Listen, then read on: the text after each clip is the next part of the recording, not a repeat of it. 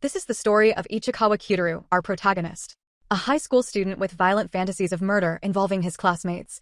His thoughts are mostly driven by crime books he reads, causing him to consider himself a monster who wants to see blood, with internal monologues similar to those of a psychopathic killer. Among all the people he wants to end, the main one is called Yamada Anna. The unattainable and popular girl at school, admired by all her classmates for being a kind person. But to our twisted protagonist, this is the least of his concerns, as every day in his thoughts, there's only the idea of seeing her beautiful face contorted in pain and how beautiful it would be to see her corpse. But according to Ichikawa, Yamada belittles him. Despite this, the young man acknowledges that he is mentally disturbed and despises himself for having such thoughts. One day during lunch, Ichikawa went to the library to read and avoid the unbearable noise of his classmates in the classroom. To his surprise, when he opened the library door, he found Yamada eating inside. Upon entering, Ichikawa tried to act as normal as possible. However, the girl began to ask him a couple of questions, but as her mouth was full of food, our protagonist couldn't understand her. So he just replied yes and went to hide behind the bookshelf. From there, he began to observe all of Yamada's actions, seeing how the girl could finish a large bag of potatoes after lunch. When the boy saw Yamada cutting with her own hands the images that would go on a poster, he couldn't bear it any longer and handed her a cutter. The girl thanked him for making her job easier, which surprised Ichikawa because he thought the girl would scorn and scare him. When lunchtime ended, Yamada returned to the classroom but forgot to return the cutter to our protagonist. Not only that, but before leaving, Yamada gave him her bag of potatoes to throw away, which disappointed Ichikawa with himself because he was happy to receive the bag. The next day, Yamada left the cutter on Ichikawa's desk, so he realized that the girl was aware of his existence and where he sits. Just then, the groups began to prepare for the presentations, and our protagonist saw how the orange girl replaced the poster that Yamada had made. This was because it was not only poorly written but also had a chocolate stain. However, the young man thought that the orange girl did it because she was envious of Yamada's beauty. During the presentations, the young man could see how the girl seemed disappointed and sad, and when it was his turn to go, he observed how the girl began to cry at her desk. Just then, a plane flew by, and as anyone would, everyone turned to look at it. However, Ichikawa thought that everyone wanted to mock the girl. So, to distract them, he came up with no better idea than to ruin his own poster. After the presentations ended, and while the boys waited for the class to end, they began to talk and ask each other about the type of girl they liked. When lunchtime arrived, Ichikawa went to the library and once again encountered Yamada.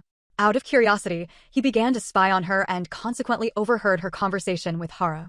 The latter tells her that she received an anonymous message to meet someone in the library, while the girls talked about diets and Yamada boasted that she could eat whatever she wanted without gaining weight. Kenzaki arrives at the library, the person who summoned Hara to the library. Our protagonist remembers overhearing a conversation and that Kenzaki revealed to his friends that he is in love with Hara, so Ichikawa deduced that he called the girl to confess his love. That was the plan, but Yamada couldn't keep her mouth shut and kept talking about diets. After a while, she finally realized what was happening. But before they could be left alone, our protagonist threw a book.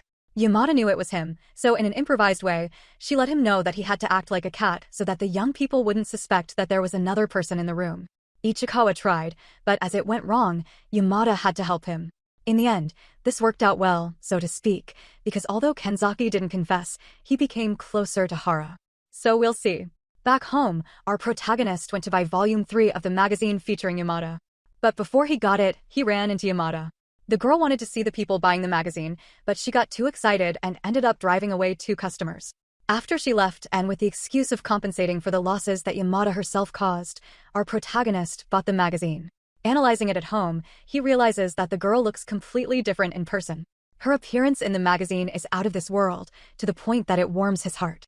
Something that is unacceptable to him, so he throws it away, but not before using it once. The next day, he sees Yamada with Haruya, a schoolmate.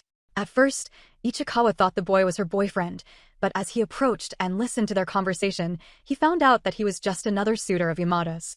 Moreover, the girl has no interest in him, making up any excuse during their conversation not to give him her number. The young man didn't care. He was even going to use force, even though it was obvious she didn't want to give it to him. Haruya's insistence wore her down, and she had to give it to him to leave her alone. But Ichikawa wasn't going to allow anyone to intimidate Yamada, so without thinking, he threw his bike into the river to attract people's attention and prevent this pair from continuing their conversation. This action was seen by Chihiro, Yamada's best friend, and when she was asked why she threw her bike out of nowhere, Ichikawa told them that he confused the accelerator with the brake, causing Yamada to say that he is a very interesting person. While they waited for class to start, Yamada and her friends were fooling around, all fanning themselves at the same time to avoid feeling hot. Seeing this, Ichikawa wonders why Yamada eats alone in the library when she has many friends who care about her. And the only thing that comes to his mind is that the girl realized his murderous intentions, so now she wants to kill him. Ichikawa's thoughts are interrupted by the conversation of the boys sitting behind him. They are planning to approach Yamada to see her underwear, taking advantage of her shirt being transparent from sweat. Although this is a scene Ichikawa also imagined, he must prevent his classmate from doing it. First, he tried to send a telepathic message to the boy, but as it was useless, he threw his cutter so the other would pick it up, spending enough time until the girls left the classroom for a walk. During the next break, Yamada returned to the library to continue eating, and our protagonist, after thinking that the girl wants to kill him, follows her to find out her true intentions. Ichikawa tries to go unnoticed reading a book while discreetly watching her, but soon Yamada notices his gaze.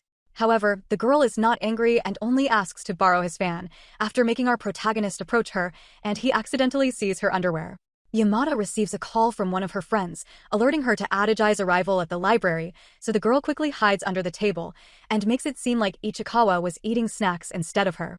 When Adajai enters the room, the only person she finds is our protagonist, but the girl knows her friend must be hiding somewhere in the room. So Adajai sits in front of Ichikawa and tells him that she is allergic to junk food, so Yamada, who is a big fan of it, hides to eat it as a way to take care of her. She says this has been happening since the girl found out about her illness, and after a series of compliments from Adajai, Yamada comes out from under the table. After this conversation, Ichikawa realizes that the girl's intentions were never to kill him, just to enjoy the food she likes without hurting her friend. After a few days, the whole class had to prepare for the cultural festival celebration. Our protagonist's class was assigned to make the haunted house.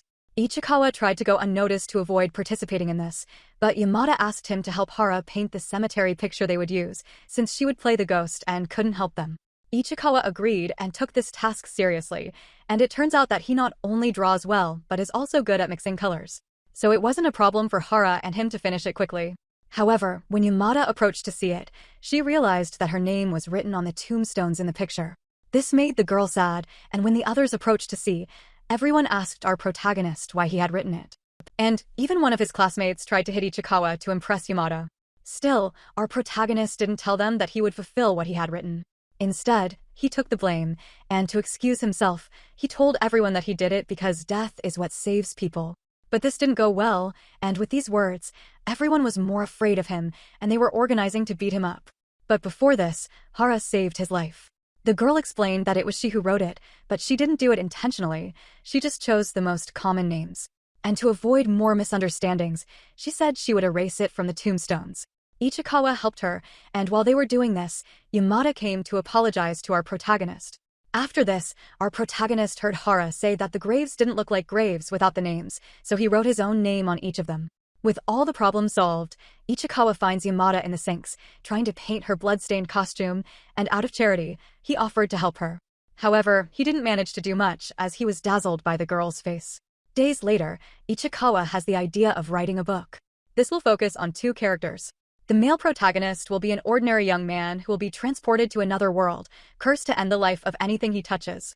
And to design the heroine, according to him, he did not base it on anyone in real life. At this point, our protagonist realizes that something in his head must not be right because basically, Yamada remains in his mind more than he wants. To the point that Ichikawa gives him headaches. The boy went to the infirmary to rest, but Yamada was in the bed next to him. At first, the young man thought it was his perfect opportunity to eliminate her. However, when Ichikawa saw her face, he couldn't take his eyes off it until his classmate woke up. Yamada noticed his gaze, but she wasn't upset. Moreover, she was relieved that it was him and not a stranger. Not only that, she even gave him a pill to relieve his headache. After this, and as the girl felt better, she returned to her classroom. Later, while our protagonist continued writing his book, he was interrupted by the group of classmates sitting behind him, who asked him to pass a note to Yamada. Our protagonist agreed, but as he wanted to give it to the girl quickly, he ended up confusing the letter with the design of the heroine he had drawn. During the sports class, the boys were going to learn to play basketball, something perfect for Yamada, as the next day she would have a photo shoot and wanted to lose weight. However, things didn't go according to plan, as there was an accident in the middle of the practice. During a pass, Yamada was watching Ichikawa, so she couldn't catch the ball in time and ended up hitting him in the face, causing his nose to bleed and having to go to the infirmary. Ichikawa followed her secretly, so when he arrived in the room, he heard the girl talking to her mother, who told her that because of this incident, she wouldn't be able to participate in the photo shoot the next day. Words that made Yamada cry, as she thought she had disappointed her. When the girl took out her handkerchief to wipe her tears, she accidentally dropped the keychain in which she kept the drawing Ichikawa had given her.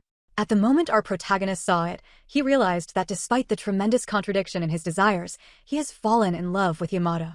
As Ichikawa walked to school, he tried to convince himself that the liking he felt for Yamada was different from love.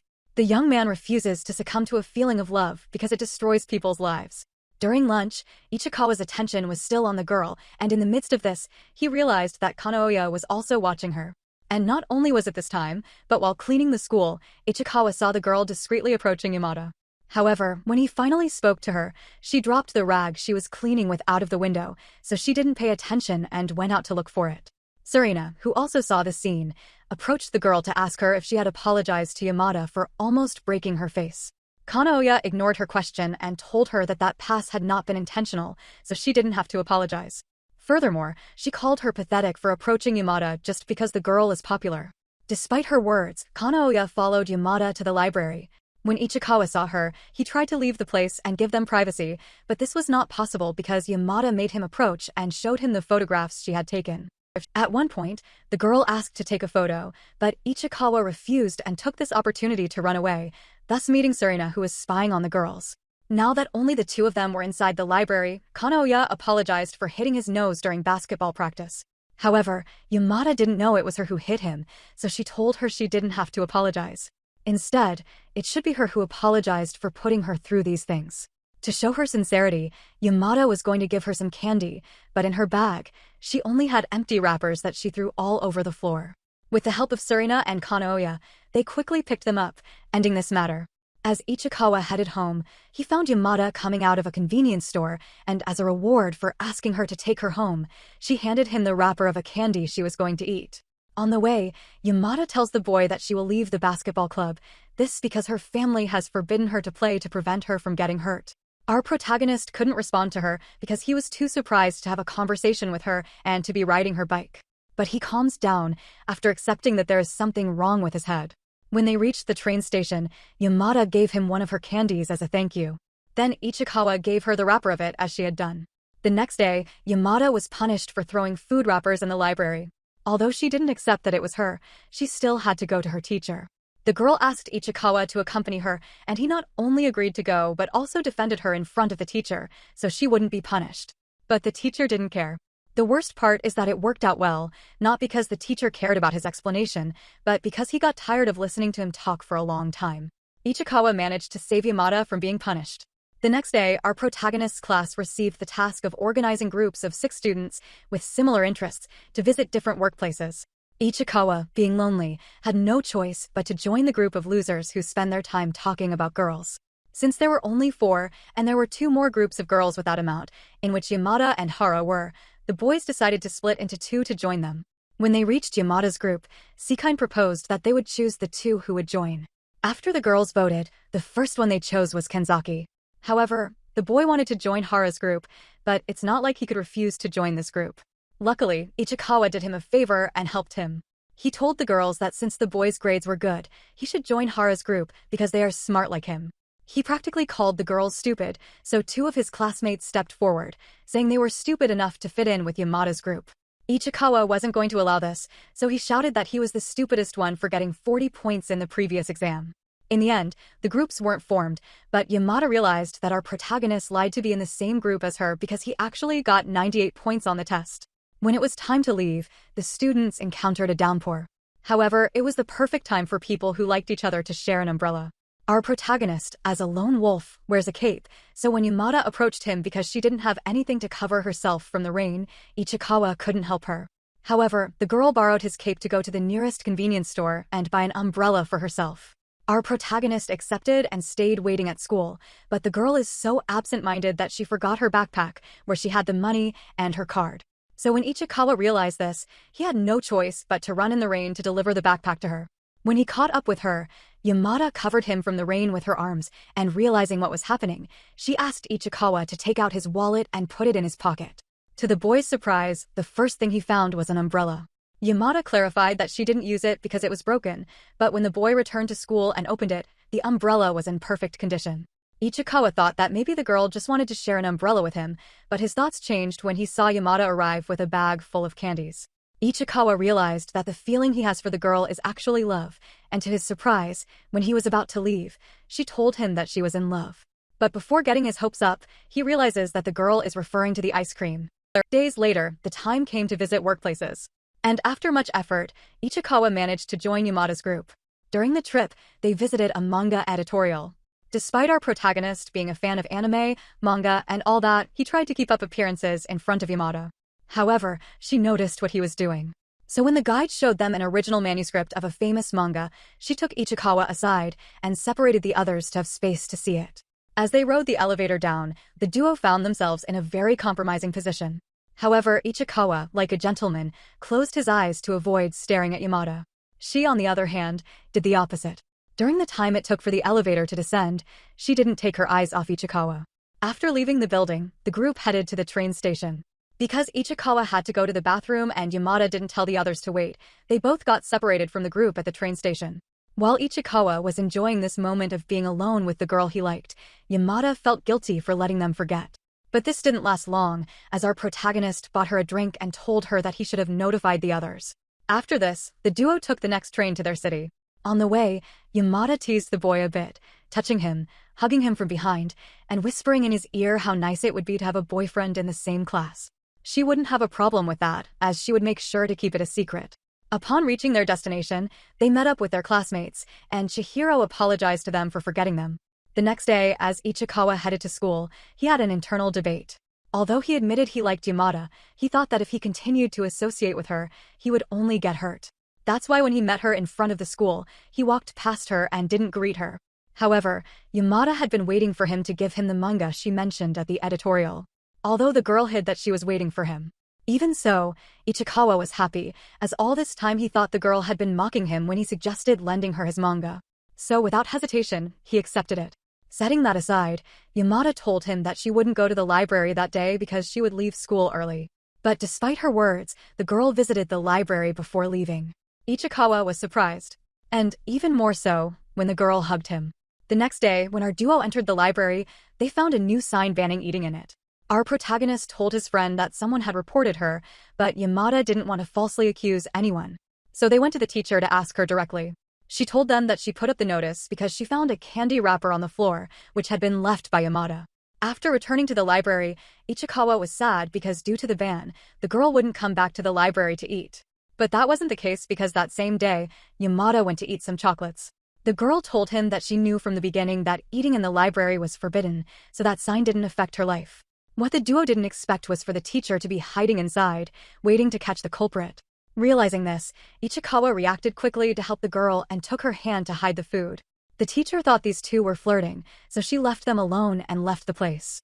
The boys continued holding hands until Ichikawa reacted and withdrew his. Furthermore, he apologized for getting chocolate all over the girl's hand. Yamada didn't know what to say, so she asked the boy to turn around for a while, a moment she took to eat the chocolate from her hand. Before leaving, Ichikawa told her that she should stop eating sweets in the library. The boy thought he wouldn't see his beloved again since it would be a big problem if the teacher caught her. But to his surprise, the next day Yamada was in the library with the excuse of doing her homework. Every day Ichikawa fell more in love with Yamada, so one night he looked up her model profile on the internet, thus finding out that Yamada would start appearing on a TV show on Tuesdays at 7. And since it was Tuesday, Ichikawa rushed to see it. To his dismay, it was too late, and the program had already ended. The next day, during physical education class, the duo had to run a marathon. At first, Ichikawa was in the lead, but then he was overtaken by Yamada. For some reason, the boy lost concentration, causing them both to come in last and they lay tired on the ground. Ichikawa's wish was to stay away from the girl in front of others, but when Yamada asked for help to get up, our protagonist didn't refuse. Later, when they were in the classroom, Ichikawa realized that he had confused his sweatshirt with Yamada's. The guy worried when he saw the girl put it on in front of the others, fearing they would think poorly of her for wearing a loser's sweatshirt.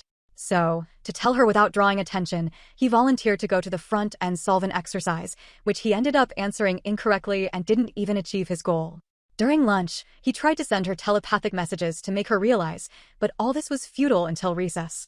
Both went to the infirmary for Yamada to change, but what Ichikawa didn't realize was that the girl made a deliberate mistake. She already knew she was wearing the wrong sweatshirt from the beginning. After this, and taking advantage of the moment, they measured and weighed themselves. The next day, Ichikawa learns that Yamada will be filming a movie with recognized actors. An excellent opportunity for someone starting in the industry. However, when he sees the girl, our protagonist realizes that she isn't as excited as she should be. When the teacher arrived, he told the class that they would change seats that day. For this, they would draw a card from the box indicating their seat number. Ichikawa prayed to be next to Yamada, which didn't work because the person next to him ended up being Hara. And his beloved ended up in the row in front, which later became a problem because our protagonist is short and the girl doesn't let him see the blackboard. So he had no choice but to lean on Hara's shoulder to see. She didn't mind, and when she realized he couldn't see the blackboard, she lent him her notes to copy. Their little interaction and the fact that Ichikawa accepted the favor bothered Yamada. So during recess, the girl asked the boy if he was happy to be with a cute and kind Hara. Ichikawa replied that it's not like that. And to clarify the situation, he tells her that the only person he sees during class is her, leaving Yamada speechless. Just then they were interrupted by Hara, who returned from talking to her teacher to fix Ichikawa's problem. As a result of this, they sat next to Dachi. Later, when the duo was in the library, Ichikawa asked about her role in the movie. Yamada gets excited telling him everything and mentions that she even has a line in the movie. It is, "You're pathetic." Under the pretext that she needs to practice it, our protagonist makes her repeat this line for his own satisfaction. Seen strangely by the others, as anyone would, Ichikawa asks her to go somewhere with fewer people, so they end up in a dark, small room, too close together, with an ambiguous atmosphere between them. To break the silence, Ichikawa asks her when the movie will be released. Yamada replies that it will be next summer and makes him promise to go see it. After our protagonist did, the girl leaves the place as it is impossible for her to continue calling Ichikawa pathetic. Days later, at the protagonist's school, a parent meeting was held. Depending on your school average, this could be a great day or a very bad one. Ichikawa, who didn't want anyone at school to see him near his mother, tried by all means to stay away from her. But this was a mistake because when he went to look for her, he found her sitting next to Yamada. So now there was a risk of his mother embarrassing him in front of the girl he likes. They talked nonstop and even exchanged sweets. After leaving the meeting, his mom was surprised to see that her son received praise from the teachers. More important than being proud of her son, the woman told Ichikawa that she had met a very pretty girl from his class and asked if he knew her name. Ichikawa already knew who she was referring to, so he told her her name is Yamada. What he didn't know was that their entire conversation had been heard by the girl. After class, while our protagonist was heading home as quickly as possible to avoid the rain, he met Yamada coming out of a grocery store. The girl saw that the boy wasn't wearing his raincoat, so to keep him from getting wet, she suggested he let her ride his bike, and she would cover both of them with her umbrella. For some reason, the boy lost concentration, causing them both to come in last, and they lay tired on the ground. Ichikawa's wish was to stay away from the girl in front of others, but when Yamada asked for help to get up, our protagonist didn't refuse. Later, when they were in the classroom, Ichikawa realized that he had confused his sweatshirt with Yamada's. The guy worried when he saw the girl put it on in front of the others, fearing they would think poorly of her for wearing a loser's sweatshirt. So, to tell her without drawing attention, he volunteered to go to the front and solve an exercise, which he ended up answering incorrectly and didn't even achieve his goal. During lunch, he tried to send her telepathic messages to make her realize, but all this was futile until recess. Both went to the infirmary for Yamada to change, but what Ichikawa didn't realize was that the girl made a deliberate mistake. She already knew she was wearing the wrong sweatshirt from the beginning. After this, and taking advantage of the moment, they measured and weighed themselves. The next day, Ichikawa learns that Yamada will be filming a movie with recognized actors. An excellent opportunity for someone starting in the industry. However, when he sees the girl, our protagonist realizes that she isn't as excited as she should be. When the teacher arrived, he told the class that they would change seats that day. For this, they would draw a card from the box indicating their seat number. Ichikawa prayed to be next to Yamada, which didn't work because the person next to him ended up being Hara. And his beloved ended up in the row in front, which later became a problem because our protagonist is short and the girl doesn't let him see the blackboard. So he had no choice but to lean on Hara's shoulder to see. She didn't mind, and when she realized he couldn't see the blackboard, she lent him her notes to copy. Their little interaction and the fact that Ichikawa accepted the favor bothered Yamada. So during recess, the girl asked the boy if he was happy to be with a cute and kind Hara. Ichikawa replied that it's not like that. And to clarify the situation, he tells her that the only person he sees during class is her, leaving Yamada speechless. Just then they were interrupted by Hara, who returned from talking to her teacher to fix Ichikawa's problem. As a result of this, they sat next to Dachi. Later, when the duo was in the library, Ichikawa asked about her role in the movie. Yamada gets excited telling him everything and mentions that she even has a line in the movie. It is, "You're pathetic." Under the pretext that she needs to practice it, our protagonist makes her repeat this line for his own satisfaction. Seen strangely by the others, as anyone would, Ichikawa asks her to go somewhere with fewer people, so they end up in a dark, small room, too close together, with an ambiguous atmosphere between them. To break the silence, Ichikawa asks her when the movie will be released. Yamada replies that it will be next summer and makes him promise to go see it. After our protagonist did, the girl leaves the place as it is impossible for her to continue calling Ichikawa pathetic. Days later, at the protagonist's school, a parent meeting was held. Depending on your school average, this could be a great day or a very bad one. Ichikawa, who didn't want anyone at school to see him near his mother, tried by all means to stay away from her. But this was a mistake because when he went to look for her, he found her sitting next to Yamada. So now there was a risk of his mother embarrassing him in front of the girl he likes. They talked nonstop and even exchanged sweets. After leaving the meeting, his mom was surprised to see that her son received praise from the teachers. More important than being proud of her son, the woman told Ichikawa that she had met a very pretty girl from his class and asked if he knew her name. Ichikawa already knew who she was referring to, so he told her her name is Yamada. What he didn't know was that their entire conversation had been heard by the girl. After class, while our protagonist was heading home as quickly as possible to avoid the rain, he met Yamada coming out of a grocery store. The girl saw that the boy wasn't wearing his raincoat, so to keep him from getting wet, she suggested he let her ride his bike, and she would cover both of them with her umbrella. After their date, Ichikawa had a slight suspicion that there was a possibility that Yamada might reciprocate his feelings. For Christmas vacation, Ichikawa's family has the tradition of visiting their grandparents, and this year was no exception. After greeting their grandparents, our protagonist and his sister went upstairs to prepare the room.